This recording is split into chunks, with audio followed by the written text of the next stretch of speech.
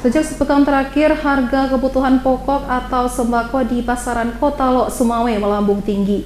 Kenaikan harga sembako di pasaran membuat warga memburu lokasi pasar murah yang digelar Dinas Perindustrian dan Perdagangan Provinsi Aceh di sejumlah titik di Kota Lok Sumawe. Pasar murah digelar untuk meringankan masyarakat jelang Hari Raya Idul Adha. Ratusan warga di Kota Lok Sumawe sejak pagi hingga sore saat dibuka pasar murah sangat antusias berburu bahan pokok yang digelar Dinas Perindustrian dan Perdagangan di Sprindak Provinsi Aceh dan Kota Lok Sumawe. Pasar murah ini digelar di sejumlah lokasi, salah satunya di Desa Mongedung, Kecamatan Banda Sakti, Kota Lok Sumawe.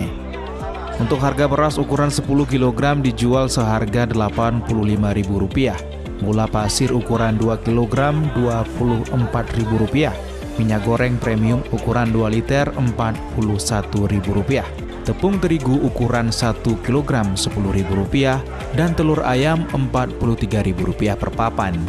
Harga tersebut lebih murah mulai Rp3.000 hingga Rp10.000 dari harga yang ada di pasaran. Warga mengaku sangat terbantu dengan adanya pasar murah ini, mengingat harga sejumlah bahan pokok seperti beras hingga telur ayam melambung tinggi di pasaran. Karena kebutuhan pokoknya lebih murah di sini ketimbang di pasar. Nah, murahnya pun selisihnya kayak telur satu papan 50, kalau di sini 43. Kalau membantu ya sangat membantu, apalagi bagi rakyat miskin. Pasar murah nih bisa membantu masyarakat. Nah, gimana harga-harganya gimana? Termasuk di bawah standar lah. Murah ya? Ketimbang harga-harga yang di pasaran kan. Apa?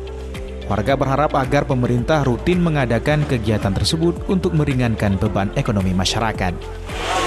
Jadi kita dikasih 4 hari 4 titik, di 4 kecamatan, masing-masing satu kecamatan pada hari.